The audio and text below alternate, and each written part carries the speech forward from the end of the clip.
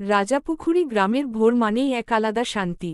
চারদিকে কুয়াশার সাদা চাদর, দূরে সবুজ ধানের ক্ষেত, আর পাখিদের কিচিরমিচির ডাক। এই গ্রামেই থাকত একটি মেয়ে, শিউলি। শিউলির দিন শুরু হতো আজানের সুরে। সে ঘুম থেকে উঠে প্রথমে মায়ের সাথে উঠোনে ঝাড়ু দিত। তারপর কলস ভরে পুকুর থেকে পানি আনত। পুকুরের জলে তখন লাল সূর্যের প্রতিচ্ছবি ভেসে উঠত। শিউলি সেই দৃশ্য দেখতে খুব ভালোবাসত। তার বাবা ছিলেন একজন কৃষক। সারাদিন মাঠে কাজ করতেন। শিউলি মাঝে মাঝে বাবার সাথে মাঠে যেত। সে দেখত কিভাবে তার বাবা ঘাম ঝরিয়ে ধান ফলান। বাবা বলতেন, মাটি আমাদের মা, যত যত্ন দেবে ততই ফল দেবে। বাবার এই কথা শিউলির মনে গভীর ছাপ ফেলেছিল। গ্রামের মানুষজন ছিল খুব সহজ সরল। কারো বাড়িতে সমস্যা হলে সবাই মিলে সাহায্য করত। একবার গ্রামের এক বৃদ্ধার ঘর ঝড়ে ভেঙে যায়। তখন গ্রামের যুবকেরা মিলে নতুন করে তার ঘর বানিয়ে দেয়। শিউলি তখন বুঝেছিল, গ্রামের আসল শক্তি হল ঐক্য। শিউলি পড়াশোনাতেও ভালো ছিল। গ্রামের ছোট্ট স্কুলে সে নিয়মিত যেত। তার স্বপ্ন ছিল বড় হয়ে শিক্ষক হওয়ার। সে চাইত গ্রামের সব ছেলে মেয়েকে পড়াশোনার আলো দিতে। স্কুল থেকে ফিরে সে ছোট ভাইকে পড়াত, আর অবসর সময়ে গাছের নিচে বসে বই পড়ত। একদিন হঠাৎ বন্যায় গ্রামের অনেক ফসল নষ্ট হয়ে যায়। শিউলির বাবাও খুব চিন্তায় পড়েন। সংসারে টানাটানি শুরু হয়। কিন্তু শিউলি হাল ছাড়েনি। সে গ্রামের অন্য বাচ্চাদের নিয়ে ছোট্ট একটি সবজি বাগান তৈরি করে। সবাই মিলে কাজ করে কিছু সবজি ফলায়। সেই সবজি বিক্রি করে তারা সংসারের কিছুটা সাহায্য করে। গ্রামের মানুষ শিউলির এই উদ্যোগ দেখে খুব খুশি হয়। সবাই তাকে উৎসাহ দেয়। ধীরে ধীরে পরিস্থিতি বদলাতে শুরু করে। পরের বছর ফসল ভালো হয়। শিউলির বাবার মুখে আবার হাসি ফিরে আসে। বছর কেটে যায়। শিউলি পড়াশোনা শেষ করে সত্যিই শিক্ষক হয়। কিন্তু শহরে চাকরি না নিয়ে সে নিজের গ্রামেই থেকে যায়। সে ভাবে, যে মাটি আমাকে বড় করেছে, তার জন্য কিছু করা আমার দায়িত্ব। আজ রাজাপুখুরি গ্রামের ছোট্ট স্কুলে যখন সকালবেলা বাচ্চারা স্যার, ম্যাডাম, সালাম বলে চিৎকার করে, তখন শিউলির চোখে আনন্দের জল এসে যায়। সে জানে, গ্রামের মাটিতেই লুকিয়ে আছে আসল সুখ। রাজাপুখুরি গ্রামের এক কোণে ছিল একটি বড় কাঁঠাল গাছ। সেই গাছের নিচেই প্রতিদিন বিকেলে বসত গ্রামের ছোটদের আড্ডা। সেখানে থাকত রিমন, সাথী, আরিফ আর ছোট্ট নুসরাত। রিমনের বাবা ছিলেন জেলে। ভোরে নদীতে মাছ ধরতে যেতেন। সাথীর মা গ্রামের বাড়িগুলোতে সেলাইয়ের কাজ করতেন। আরিফের বাবা চাষাবাদ করতেন, আর নুসরাতের বাবা ছিল গ্রামের মুদি দোকানদার। সবার সংসার আলাদা হলেও তাদের বন্ধুত্ব ছিল একদম এক। বিকেলে তারা কাঁঠালতলায় বসে গল্প করত, কখনো লুকোচুরি খেলত, কখনো বা নদীর ধারে ছুটে যেত। একদিন তারা দেখল গ্রামের রাস্তার পাশে অনেক ময়লা জমে আছে। বৃষ্টির পানি আটকে ছোট ছোট জলাবদ্ধতা তৈরি হয়েছে। রিমন বলল, আমরা যদি নিজেরাই পরিষ্কার করি? সাথী একটু অবাক হয়ে বলল, আমরা পারব? আরিফ হেসে বলল, একসাথে থাকলে সবই পারব। পরদিন তারা ঝাড়ু, কোদাল আর ঝুড়ি নিয়ে কাজে নেমে পড়ল। প্রথমে গ্রামের বড়রা হাসাহাসি করলেও পরে তারাও এগিয়ে এলেন। অল্প সময়েই রাস্তা পরিষ্কার হয়ে গেল। বৃষ্টির পানি আর জমল না। এই কাজের পর গ্রামের মানুষ তাদের খুব প্রশংসা করল। গ্রামের মসজিদের ইমাম সাহেব বললেন, পরিচ্ছন্নতা ইমানের অংশ। কথাটা সবার মনে দাগ কাটল। এরপর থেকে কাঁঠালতলার দল শুধু খেলাধুলা নয়, গ্রামের ভালো কাজেও এগিয়ে আসতে লাগল। তারা স্কুলের দেয়ালে গাছ লাগাল, পুকুরের পাড় পরিষ্কার করল, আর বৃদ্ধদের বাজারের ব্যাগ বহন করে দিল। কিছুদিন পর পাশের গ্রামে একটি সাংস্কৃতিক অনুষ্ঠান হল। সেখানে রাজাপুখুরির এই ছোট্ট দলকে ডাকা হলো তাদের কাজের জন্য সম্মান জানাতে। মঞ্চে দাঁড়িয়ে রিমন বলল, আমরা শুধু আমাদের গ্রামকে ভালোবাসি, তাই কাজ করেছি। সেদিন কাঁঠাল গাছের নিচে বসে তারা প্রতিজ্ঞা করল, যত বড়ই হোক, এই গ্রামকে কখনো ভুলবে না। গ্রামের আকাশে তখন লাল সূর্য ঢলে পড়ছে, পাখিরা ঘরে ফিরছে, আর কাঁঠালতলায় ভেসে আসছে হাসির শব্দ। রাজাপুখুরি গ্রামের চারদিকে যতদূর চোখ যায় শুধু সবুজ ধানের ক্ষেত। বর্ষাকালে সেই ক্ষেত যেন এক বিশাল সমুদ্রের মতো দুলতে থাকে। এই গ্রামেই থাকত কিশোর নামের এক ছেলে। কিশোরের বাবা ছিলেন পরিশ্রমী কৃষক। সকাল হতেই তিনি লাঙ্গল কাঁধে নিয়ে মাঠে চলে যেতেন। কিশোর ছোটবেলা থেকেই বাবার সঙ্গে মাঠে যেত। কাদায় পা ডুবিয়ে সে বাবার কাজ দেখত আর মনে মনে ভাবত, একদিন সে কিছু নতুন করবে। গ্রামের মানুষ বরাবরই ধান চাষ করত, কিন্তু লাভ খুব বেশি হতো না। কখনো খরা, কখনো অতিরিক্ত বৃষ্টি, ফসলের অবস্থা অনিশ্চিত ছিল। কিশোর স্কুলে কৃষি বিষয় নিয়ে পড়তে শুরু করল। সে জানতে পারল নতুন পদ্ধতিতে চাষ করলে ফলন বাড়ানো যায়। একদিন সে সাহস করে বাবাকে বলল, আব্বা, আমরা যদি অন্যভাবে চাষ করি? বাবা একটু চিন্তায় পড়লেন। নতুন পদ্ধতি মানে ঝুঁকি, কিন্তু ছেলের আত্মবিশ্বাস দেখে তিনি রাজি হলেন। কিশোর স্কুলের শিক্ষক থেকে পরামর্শ নিয়ে অল্প জমিতে নতুন জাতের ধান রোপণ করল। নিয়ম করে সেচ দিল, সার ব্যবহার করল হিসেব করে। গ্রামের অনেকেই তখন হাসত, ছেলে হয়ে বড় বড় কথা। মাস কয়েক পর ফলাফল দেখা গেল। সেই জমির ধান অন্য জমির চেয়ে অনেক ভালো হয়েছে। শীষগুলো ভারী আর সোনালি। কিশোরের বাবার মুখে হাসি ফুটল। গ্রামের লোকজন অবাক হয়ে দেখতে এল। পরের মৌসুমে গ্রামের আরও কয়েকজন কিশোরের পদ্ধতি অনুসরণ করল। ধীরে ধীরে পুরো গ্রামে ফলন বাড়তে লাগল। মানুষ বুঝল, শিক্ষা আর পরিশ্রম মিললে সাফল্য আসবেই। কিশোর তখন সিদ্ধান্ত নিল, সে বড় হয়ে কৃষি নিয়ে আরও পড়াশোনা করবে, কিন্তু গ্রাম ছেড়ে যাবে না। সে চায় নিজের মাটিকে উন্নত করতে। বছর কয়েক পর রাজাপুখুরীর ধানক্ষেত শুধু সবুজ নয়, আশার রঙেও ভরে উঠল। গ্রামের মানুষ এখন গর্ব করে বলে, আমাদের কিশোরী আমাদের পথ দেখিয়েছে। সন্ধ্যায় যখন হালকা বাতাসে ধানের শীষ দুলতে থাকে, কিশোর দাঁড়িয়ে থাকে মাঠের মাঝে। তার চোখে তখন নতুন স্বপ্ন, নিজের গ্রামকে আরও সমৃদ্ধ করার স্বপ্ন। রাজাপুখুরী গ্রামের মাঝখানে ছিল এক পুরনো বটগাছ। তার ছায়ায় দুপুরে রাখালরা বিশ্রাম নিত, আর বিকেলে বাচ্চারা খেলত। কিন্তু রুবিনা ভাবল, এই বটতলাকে যদি পড়ার জায়গা বানানো যায়। রুবিনা ছিল নবম শ্রেণীর ছাত্রী। বই পড়তে তার খুব ভালো লাগত, কিন্তু গ্রামের অনেক শিশুরই বই কেনার সামর্থ্য ছিল না। কেউ মাঠে কাজ করে, কেউ বাড়িতে ছোট ভাইবোন সামলায়, পড়াশোনার সময়ই পায় না। একদিন রুবিনা স্কুলের পুরনো খাতা, গল্পের বই আর অপ্রয়োজনীয় পত্রিকা জোগাড় করল। তার বন্ধু সালমান আর জয়নালও সাহায্য করল। তারা বটগাছের ডালে দড়ি বেঁধে একটা ছোট তাক বানাল। মাটিতে চট বিছিয়ে দিল, নাম দিল, বটতলার বইঘর। প্রথম দিন মাত্র ৩ জন এল। দ্বিতীয় দিন ৭ জন। এক সপ্তাহের মধ্যে প্রায় ১৫ জন বাচ্চা প্রতিদিন বিকেলে আসতে শুরু করল। রুবিনা তাদের গল্প পড়ে শোনাত, নতুন শব্দ শেখাত, কখনো ছোট ছোট কুইজও নিত। একদিন গ্রামের এক বৃদ্ধ শিক্ষক সেখানে এসে বসলেন। তিনি বললেন, তোমরা যদি নিয়মিত পড়ো, আমি সপ্তাহে ২ দিন এসে পড়াব। সবাই খুশিতে হাততালি দিল। ধীরে ধীরে বটতলার বইঘর গ্রামের গর্ব হয়ে উঠল। পাশের গ্রাম থেকেও কয়েকজন শিশু আসতে শুরু করল। কেউ পুরনো বই দান করল, কেউ মাদুর দিল, কেউ ছোট আলমারি বানিয়ে দিল। এক বর্ষার দিনে ঝড়ে তাক ভেঙে গেল। বই ভিজে নষ্ট হওয়ার উপক্রম। রুবিনা কাঁদছিল। তখন গ্রামের মানুষ একসাথে এগিয়ে এল। তারা টিনের চালা তুলে দিল, মজবুত কাঠের তাক বানিয়ে দিল। বইঘর এবার আরও সুন্দর হল। বছর শেষে গ্রামের স্কুলে পরীক্ষার ফল বেরোল। দেখা গেল, বটতলার বইঘরে যারা নিয়মিত পড়েছে, তাদের ফল আগের চেয়ে অনেক ভালো। শিক্ষকরা অবাক হয়ে গেলেন। রুবিনা বুঝল, বড় কিছু করতে বড় জায়গা লাগে না, লাগে ইচ্ছা আর ভালোবাসা। বটগাছের ছায়ায় বসে সে আকাশের দিকে তাকাল। তার মনে হল, এই ছোট বইঘর একদিন অনেক বড় স্বপ্নের দরজা খুলে দেবে। রাজাপুখুরী গ্রামের পাশ দিয়ে বয়ে গেছে এক শান্ত নদী। ভোরে সেই নদীর জলে সূর্যের আলো ঝিলমিল করে, আর সন্ধ্যায় আকাশের লাল আভা জলে মিশে যায়। এই নদীপাড়েই থাকত শাহিদ নামে এক কিশোর। শাহিদের বাবা ছিলেন নৌকার মাঝি। সারাদিন মানুষকে নদী পার করে দিতেন। শাহিদ ছোট থেকেই বাবার সঙ্গে নৌকায় যেত। নদীর ঢেউ, বাতাসের শব্দ, সব তার খুব প্রিয় ছিল। কিন্তু সে বুঝত, শুধু নৌকা চালালেই জীবন বদলাবে না, পড়াশোনাও জরুরি। গ্রামে বিদ্যুৎ ছিল অনিয়মিত। সন্ধ্যার পর অনেক সময় অন্ধকার নেমে আসত। শাহিদ দেখত, অন্ধকারের জন্য অনেক বাচ্চা ঠিকমতো পড়তে পারে না। একদিন সে ভাবল, কিছু একটা করতে হবে।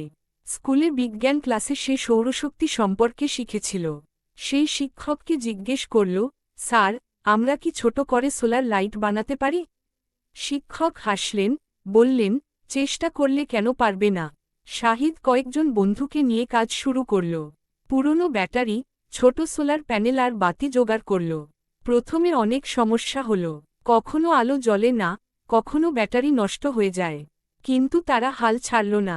এক সন্ধ্যায় হঠাৎ করে ছোট্ট একটি বাতি জ্বলে উঠল। সবাই আনন্দে চিৎকার করে উঠল। শাহিদের মা চোখে জল নিয়ে বললেন, তুই সত্যিই আমাদের মুখ উজ্জ্বল করবি। ধীরে ধীরে তারা কয়েকটি বাড়িতে ছোট সোলার বাতি লাগিয়ে দিল। এখন অন্ধকার নামলেও পড়াশোনা বন্ধ হয় না। গ্রামের মানুষ শাহিদের প্রশংসা করতে লাগল। একদিন পাশের বাজারে এক অনুষ্ঠান হল। সেখানে শাহিদকে ডেকে সম্মান জানানো হল। কিন্তু সে মঞ্চে দাঁড়িয়ে বলল, আমি একা কিছু করিনি, আমরা সবাই মিলে করেছি। নদীপাড়ে দাঁড়িয়ে শাহিদ এখনও নৌকার দিকে তাকিয়ে থাকে। কিন্তু তার চোখে নতুন স্বপ্ন, সে বড় হয়ে প্রকৌশলী হবে, গ্রামে স্থায়ীভাবে আলো নিয়ে আসবে। সন্ধ্যার নরম হাওয়ায় নদীর ঢেউ যখন ধীরে ধীরে তীরে আছড়ে পড়ে, তখন মনে হয় এই গ্রাম শুধু মাটির নয়, আশারও। রাজাপুখুরি গ্রামের এক প্রান্তে ছিল ছোট্ট এক বাঁশঝাড়। ভোর হলেই সেখানে পাখিদের কিচিরমিচির শব্দে পুরো এলাকা মুখর হয়ে উঠত। সেই বাঁশঝাড়ের পাশের মাটির বাড়িতে থাকত মেয়েটি, মাহিরা। মাহিরার পরিবার খুব সচ্ছল ছিল না। তার বাবা দিনমজুরের কাজ করতেন, আর মা বাড়িতে মুরগি হাঁস পালন করতেন। সংসারে অভাব থাকলেও ভালোবাসার অভাব ছিল না। মাহিরা ছোট থেকেই গান গাইতে ভালোবাসত। ভোরে পাখির ডাক শুনে সে সুর তুলত। গ্রামের লোকজন বলত, মেয়েটার গলায় যেন জাদু আছে। কিন্তু গান শেখার কোনো ব্যবস্থা গ্রামে ছিল না। একদিন স্কুলে সাংস্কৃতিক অনুষ্ঠান হবে শুনে মাহিরা খুব উৎসাহিত হল। কিন্তু তার নতুন জামা নেই, গান শেখার শিক্ষকও নেই। সে একটু মন খারাপ করল। মা বুঝতে পেরে বললেন, মা, মন থেকে গাইলেই মানুষ শুনবে। মাহিরা প্রতিদিন বাঁশঝাড়ের পাশে দাঁড়িয়ে অনুশীলন করতে লাগল। পাখিদের সুর শুনে সে নিজের গলা মিলিয়ে নিত। গ্রামের এক বৃদ্ধ কাকা তার গান শুনে বললেন, আমি হারমোনিয়াম বাজাতে পারি, চাইলে তোমাকে সাহায্য করব। অনুষ্ঠানের দিন মাহিরা সাধারণ পোশাকেই মঞ্চে উঠল। প্রথমে তার হাত কাঁপছিল, কিন্তু যখন সে গান শুরু করল, পুরো মাঠ নিস্তব্ধ হয়ে গেল। তার সুর যেন ভোরের আলো হয়ে সবার হৃদয়ে ছড়িয়ে পড়ল। গান শেষ হতেই সবাই হাততালি দিল। শিক্ষকরা তাকে প্রথম পুরস্কার দিলেন। মাহিরার চোখে আনন্দের জল এসে গেল। সে বুঝল, ইচ্ছা থাকলে বাধা কোনো ব্যাপার না। এরপর থেকে গ্রামের অনুষ্ঠানে মাহিরার গান ছাড়া যেন কিছুই পূর্ণ হয় না। পাশের গ্রাম থেকেও তাকে ডাক আসতে লাগল। কিন্তু সে কখনো ভুলল না, তার গান শুরু হয়েছিল সেই ছোট্ট বাঁশঝাড়ের পাখির ডাকে। ভোরের সূর্য উঠলে আজও মাহিরা দাঁড়িয়ে থাকে বাঁশঝাড়ের পাশে। পাখিদের সাথে সুর মেলায়, আর মনে মনে বলে, একদিন আমি আরও বড় মঞ্চে গান গাইব, কিন্তু আমার গ্রামই হবে আমার গর্ব। রাজাপুখুরি গ্রামে বছরে একবার বড় মেলা বসত। সেই দিনটার জন্য সবাই সারা বছর অপেক্ষা করত। মাঠের ধারে রঙিন পতাকা টাঙানো হতো, নাগরদোলা বসত, আর সারি সারি দোকান। এই গ্রামেই থাকত ছোট্ট ছেলে নাইম। সে খুব গরিব পরিবারের সন্তান। তার বাবা ছিলেন রিকশাচালক, মা বাড়িতে পিঠা বানিয়ে বিক্রি করতেন। নাইমের খুব ইচ্ছে ছিল মেলায় গিয়ে খেলনা গাড়ি কিনবে। কিন্তু সে জানত, বাড়ির অবস্থা ভালো নয়। মেলার আগের সপ্তাহে নাইম মাকে বলল, আম্মু, আমি কি একটু কাজ করলে কিছু টাকা জমাতে পারব? মা মুচকি হেসে বললেন, পরিশ্রম করলে সবই সম্ভব। নাইম মেলার প্রস্তুতির সময় স্বেচ্ছায় সাহায্য করতে লাগল। মাঠ পরিষ্কার করল, দোকান বসাতে সাহায্য করল, বয়স্কদের জন্য পানি এনে দিল। গ্রামের বড়রা তার কাজ দেখে খুশি হলেন। কেউ তাকে 2-4 টাকা দিলেন, কেউ মিষ্টি দিলেন। মেলার দিন নাইম নিজের জমানো টাকা গুনল। তাতে খুব দামি খেলনা কেনা যাবে না, কিন্তু ছোট একটা কাঠের গাড়ি কেনা যাবে। সে আনন্দে দোকানের দিকে দৌড়াল। ঠিক তখনই সে দেখল, এক ছোট মেয়ে কাঁদছে। তার হাতে থাকা কয়েন পড়ে হারিয়ে গেছে। সে খেলনা কিনতে পারছে না। নাইম একটু থমকাল। তারপর নিজের জমানো টাকার অর্ধেক তাকে দিয়ে বলল, চলো, আমরা দুজনেই খেলনা কিনি। মেয়েটির মুখে হাসি ফুটল। তারা দুজনেই ছোট খেলনা কিনল। নাইমের গাড়িটা খুব সাধারণ ছিল, কিন্তু তার মনটা ছিল ভরপুর আনন্দে। সন্ধ্যায় বাড়ি ফিরে সে মাকে সব বলল। মা তাকে বুকে জড়িয়ে ধরে বললেন, তুই আজ সবচেয়ে বড় উপহার পেয়েছিস, মানুষের হাসি। সেই রাতে মেলার আলো যখন ধীরে ধীরে নিভে যাচ্ছিল, নাইম তার কাঠের গাড়িটা পাশে রেখে ভাবছিল, আনন্দ ভাগ করলে কমে না, বরং বেড়ে যায়। পরের বছর মেলায় গ্রামের লোকজন নাইমকে বিশেষভাবে ধন্যবাদ জানাল। কারণ তার ছোট্ট উদারতা সবার মনে দাগ কেটেছিল। রাজাপুখুরি গ্রামে বর্ষা এলেই চারদিক জলময় হয়ে যায়, কাঁচা রাস্তা কাদায় ভরে যায়, খাল বিল উপচে পড়ে।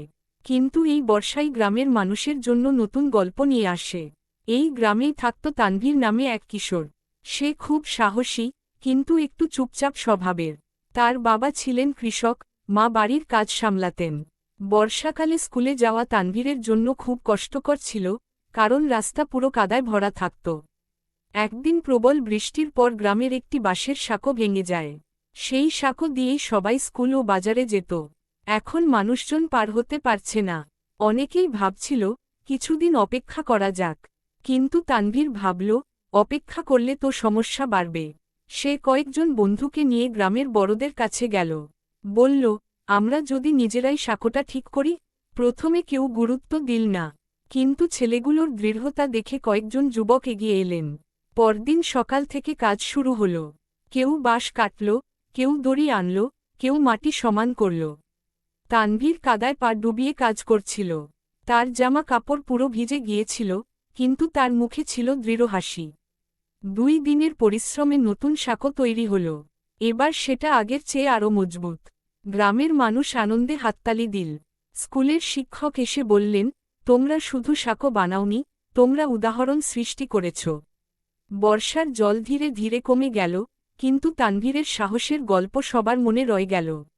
এখন গ্রামের কেউ কোনো সমস্যায় পড়লে প্রথমেই বলে, চলো, আমরা একসাথে সমাধান করি। সন্ধ্যায় বৃষ্টির পর যখন আকাশে রংধনু দেখা যায়, তানভীর সেই সাঁকোর ওপর দাঁড়িয়ে নদীর দিকে তাকায়। তার মনে হয়, জীবনের প্রতিটা বাধাও এমনই, সাহস আর একতার মাধ্যমে পার হওয়া যায়। রাজাপুখুরি গ্রামের দক্ষিণ পাশে ছিল এক লম্বা তালগাছ। গরমের দুপুরে তার ছায়ায় বসে বিশ্রাম নিতেন চাষিরা। সেই তালগাছের নিচেই একদিন বসেছিল 3 বন্ধু, হাসান, মিলি আর প্রদীপ। গ্রামে তখন পানির সমস্যা দেখা দিয়েছে। টিউবওয়েলের পানি কমে গেছে, পুকুরের জলও শুকিয়ে আসছে। সবাই চিন্তিত, কিন্তু কেউ ঠিক বুঝতে পারছিল না কি করবে। হাসান বলল, আমরা যদি বৃষ্টির পানি জমিয়ে রাখার ব্যবস্থা করি। মিলি বলল, স্কুলে স্যার বলেছিলেন, ছাদের পানি সংরক্ষণ করা যায়। প্রদীপ উত্তেজিত হয়ে বলল, চলো, আমরা স্কুল থেকেই শুরু করি। তারা স্কুলের প্রধান শিক্ষকের কাছে গেল। শিক্ষক তাদের পরিকল্পনা শুনে খুশি হলেন। গ্রামের কয়েকজন অভিভাবকও এগিয়ে এলেন। বাঁশ, ড্রাম আর পাইপ দিয়ে তারা সহজ একটি ব্যবস্থা বানাল, ছাদ থেকে বৃষ্টির পানি গ্রামে জমবে। বর্ষা এলে ড্রামগুলো দ্রুত ভরে উঠল। সেই পানি স্কুলের বাগান আর টয়লেটের কাজে ব্যবহার হতে লাগল। ধীরে ধীরে কয়েকটি বাড়িতেও একই পদ্ধতি চালু হল। গ্রামের মানুষ বুঝল, ছোট উদ্যোগও বড় উপকার করতে পারে। তালগাছের নিচে দাঁড়িয়ে 3 বন্ধু প্রতিজ্ঞা করল, গ্রামের ভালো কাজের জন্য তারা সবসময় একসাথে থাকবে। রাজাপুখুরি গ্রামের এক পুরনো বাড়িতে থাকতেন রহিম দাদু। তার কাছে ছিল একটি পুরনো দেয়াল ঘড়ি।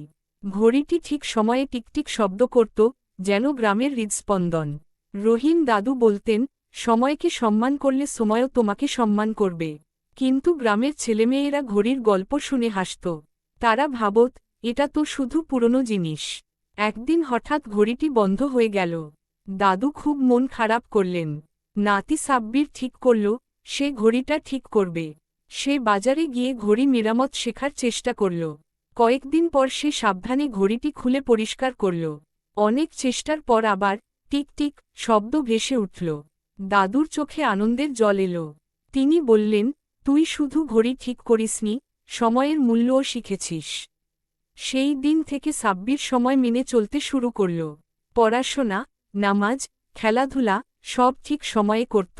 অন্য বন্ধুরাও তার থেকে শিক্ষা নিল। এখনও সন্ধ্যায় যখন গ্রামের নীরবতার মাঝে ঘড়ির শব্দ শোনা যায়, সবাই মনে করে, সময়ই জীবনের সবচেয়ে বড় সম্পদ।